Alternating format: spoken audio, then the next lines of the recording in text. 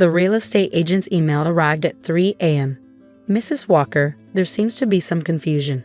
Your husband claims you've agreed to sell the house, but we need your signature to proceed with the closing. I stared at my phone in the darkness of our kitchen.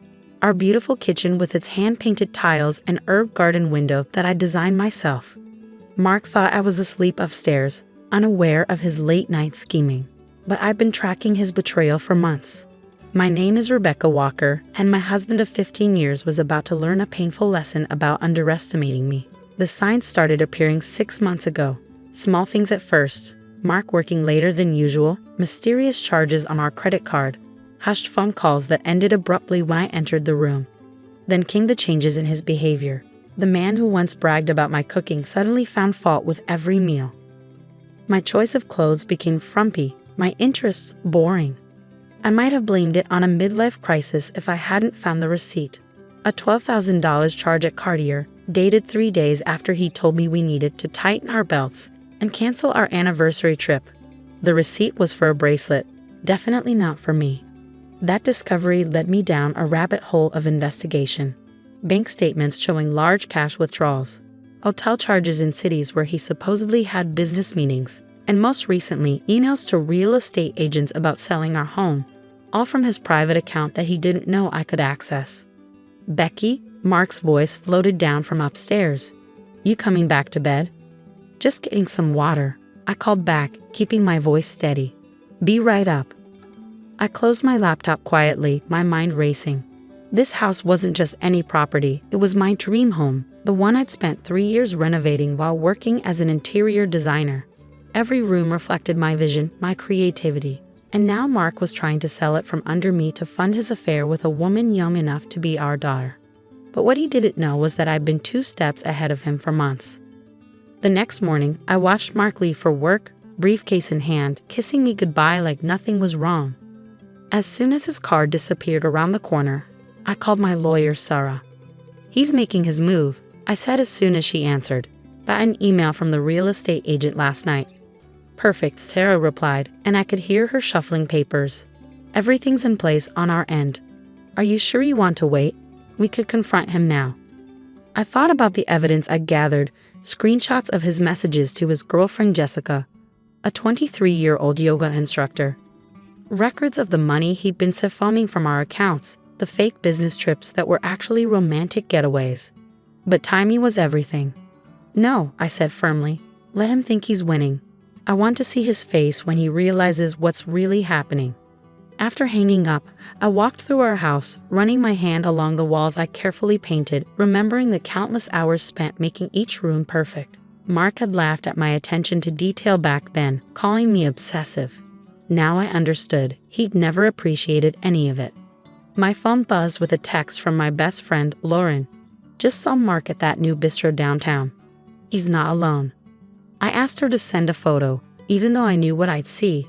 Sure enough, there he was, sitting across from Jessica, her bleached blonde hair catching the sunlight as she laughed at something he'd said. The Cartier bracelet glinted on her wrist. Thanks, I texted back. Keep me posted. That evening, Mark came home later than usual, reeking of expensive perfume and wine. He didn't notice how I'd rearranged my home office, moving my important documents to a secure location. He was too busy checking his phone, probably messaging Jessica. Busy day, I asked, serving the dinner I prepared, his favorite, pot roast with roasted potatoes. Yeah, big client meeting, he muttered, barely looking up. Listen, Becky, we need to talk about the house. I kept my expression neutral, waiting. I've been thinking, he continued, pushing his food around his plate. Maybe it's time for a change. This place is too big for us, and the market's good right now. You want to sell? I asked, making my voice small, uncertain. Exactly what he expected from me. He launched into his rehearsed speech about downsizing, investing in new opportunities, finding something more practical. I listened, nodding at all the right moments, while my mind raced ahead to what would happen next. I've actually talked to a few agents, he admitted, watching my reaction carefully, just to get an idea of the market. I forced tears into my eyes, a trick I'd learned in my college theater days. But this is our home. We've put so much work into it. He reached across the table, patting my hand condescendingly. Sometimes we have to make hard decisions, honey. Trust me on this. I pulled away, rushing from the table like the emotional, irrational wife he thought I was. Once in our bedroom, I pulled out my phone and texted Sarah. He's making his pitch now. Time to move to phase 2. The next week passed in a blur of activity, all carefully hidden from Mark. While he thought I was at my design clients' homes, I was actually meeting with financial advisors, documenting his betrayal, and setting up my own security net. Lauren kept me updated on Mark's movements, lunch dates with Jessica, visits to high-end jewelry stores, a suspicious appointment at a luxury car dealership. He was spending money like water, probably promising Jessica the world.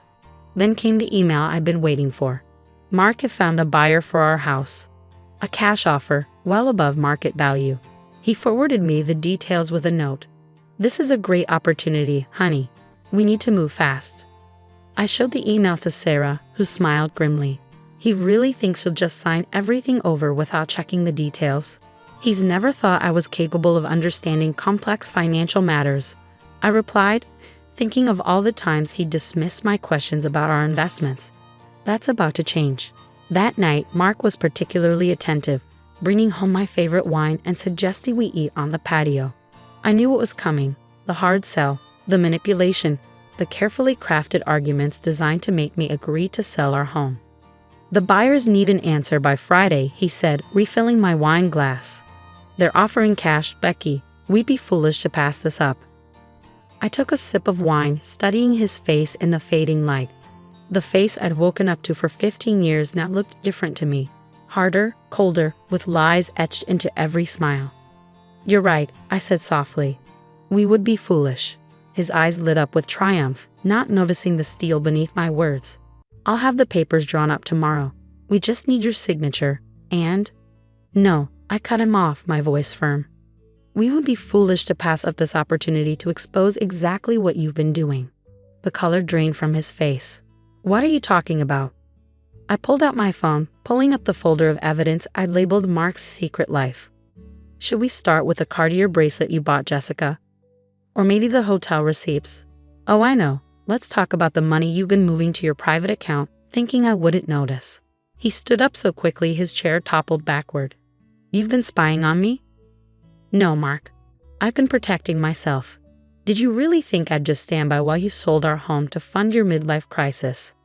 The next few hours were chaos. Mark alternated between rage and pleading, threats and promises. But I stood firm, knowing I held all the cards. When he finally stormed out at midnight, slamming the door behind him, I sent one final text to Sarah. He knows. Time for the endgame.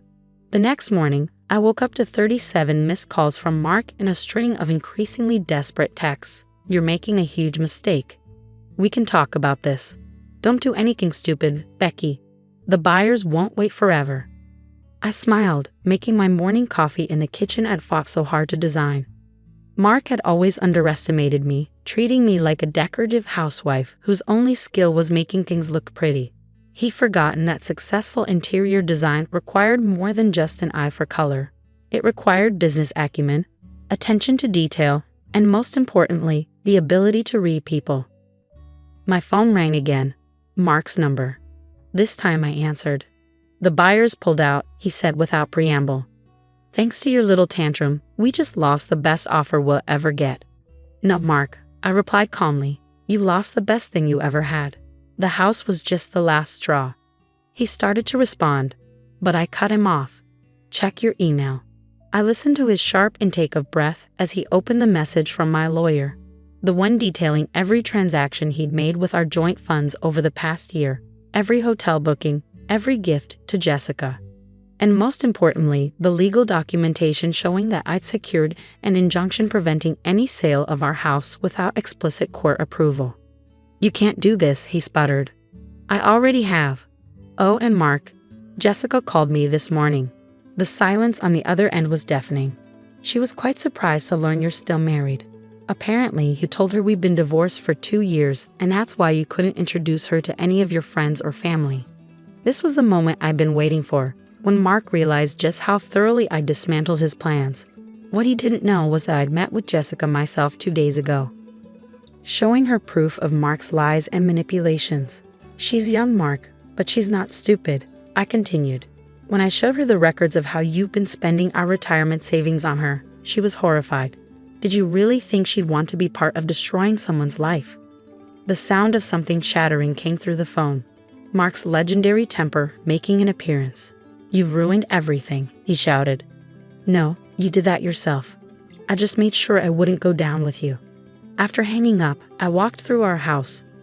My house now, touching the walls, the furniture, all the pieces of our life together that Mark had been willing to sacrifice for his midlife fantasy.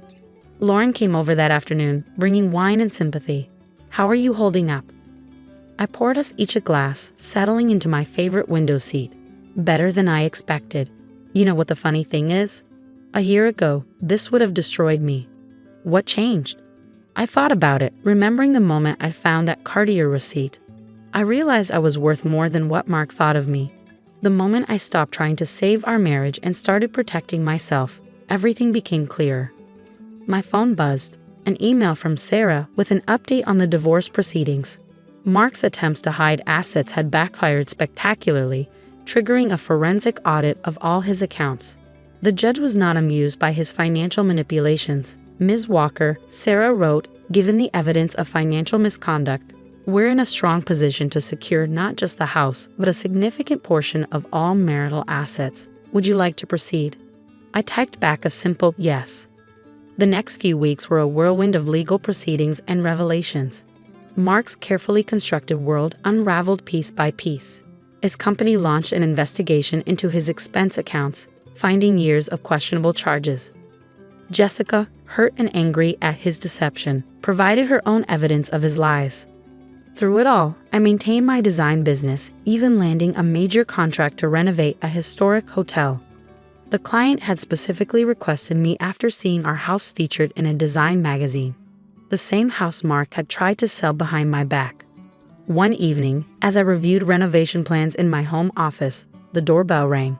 It was Mark, looking disheveled and defeated. Can we talk? He asked, his voice rough. I let him in, noticing how he took in the changes I'd made to the house. The new art on the walls, the rearranged furniture, all traces of his presence erased. I messed up, Becky, he said, sinking into a chair.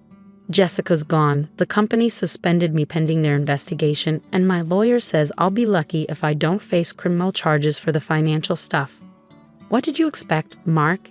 That you could steal our future and I just accept it. He ran his hands through his graying hair. I don't know what I thought, that I deserved more, that you'd be lost without me. I laughed, genuinely amused. That was always your problem. You saw me as an accessory to your life, not a partner. You never understood that I was building my own success while you were busy destroying yours. The final divorce settlement came through 3 months later.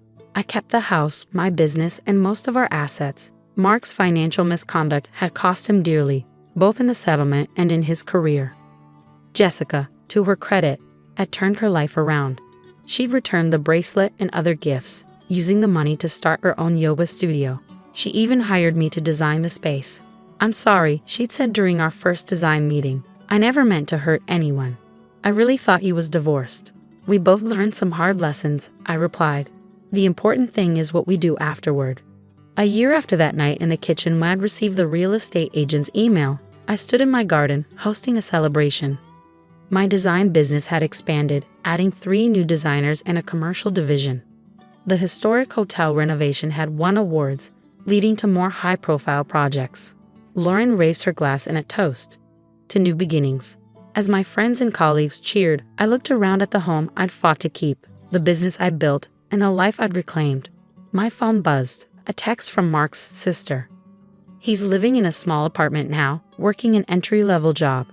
Keeps saying he should have appreciated what he had. I didn't respond. Mark's regrets weren't my concern anymore. Instead, I turned to my guests, raising my own glass.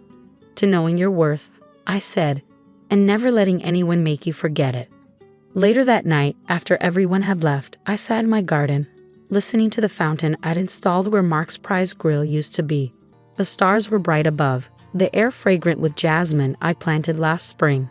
My phone lit up with an email. Another client requesting a consultation. Life moved forward, bringing new opportunities, new challenges, new chances to prove what I was capable of. Mark had thought selling our house would fund his new life. Instead, his betrayal had freed me to create something better than I'd ever imagined. Sometimes losing what you thought you needed makes room for everything you deserve. I touched the warm stones of the house, my house, feeling the strength of its foundation beneath my fingers. Like me, it had weathered storms and emerged stronger. Every room told a story now, not of what was lost, but of what was gained when I finally stood up for myself. The next morning, I had 3 client meetings, 2 project reviews, and a consultation with a potential investor interested in expanding my business nationally. Mark's attempts to diminish me had only proven how much I could accomplish on my own. As I got ready for my day, I caught my reflection in the mirror. A woman who had turned betrayal into triumph, pain into power. The house he tried to sell had become the symbol of my independence, and the life he tried to destroy had transformed into something far greater than his limited vision could have imagined. After all, the best revenge isn't just success. It's succeeding in ways your betrayer never thought possible.